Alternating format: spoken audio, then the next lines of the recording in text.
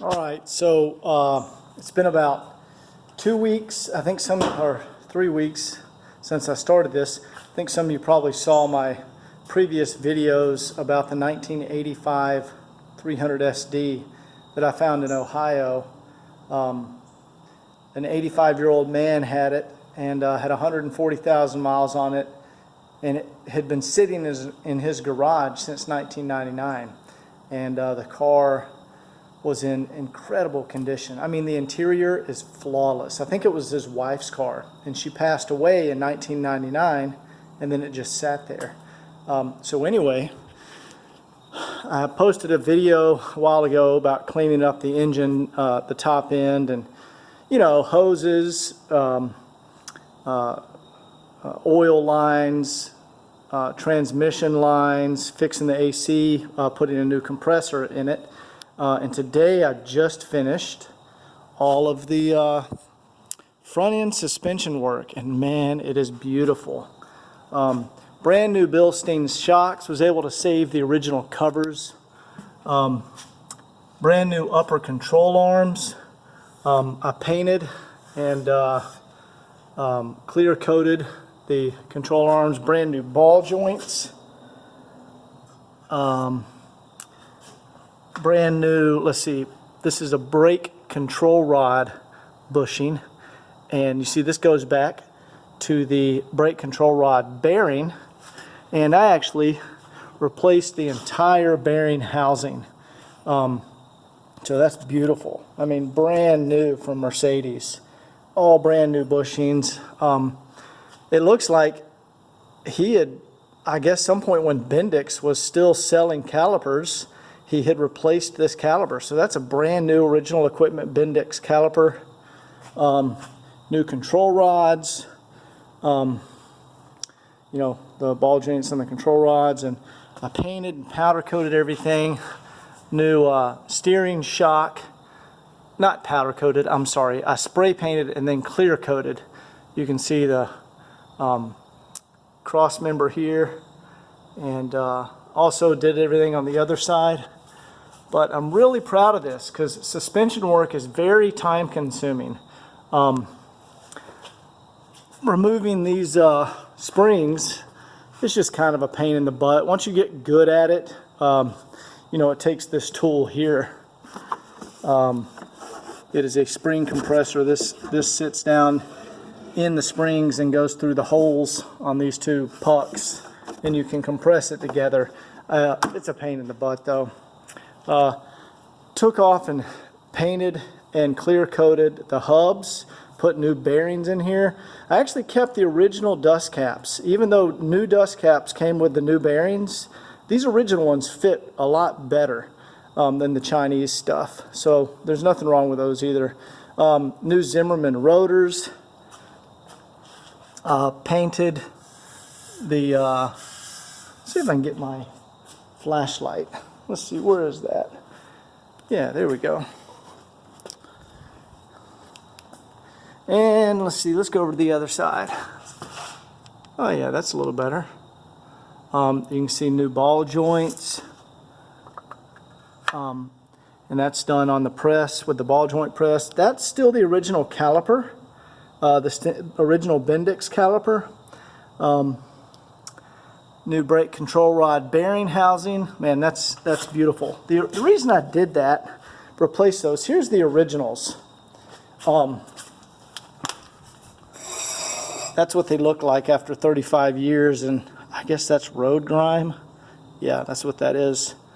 The bushings were actually good on here, but here we go.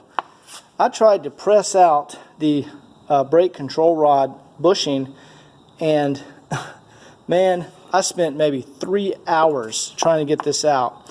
And this is actually, so these bushings have a metal housing around them, and this is actually not the metal housing, that's the rubber. The metal housing is corroded. There you go, there's the lip of it right there. It's corroded in there. And I could not get that out. Maybe if I'd gotten out the started trying to drill holes in it and maybe got a hacksaw and just, man, it was just brutal. So I got a set of them brand new for $500 from Mercedes. Let's see, MercedesOEMparts.com, something like that. And eventually I'll pop that out and then throw in a new bearing and just sell those for a couple $100 each, because there's nothing wrong with them. But after 3 hours of screwing with that, I just did not want to mess with it anymore. I just gave up. This is actually the original oil cooler that I've refinished. Because, and I have you can see where I've got a oil cooler in there. And that one looks, brand new, because that's out of a parts car and it's been painted and cleaned up very nice. But, and then there's new Mercedes oil cooler lines.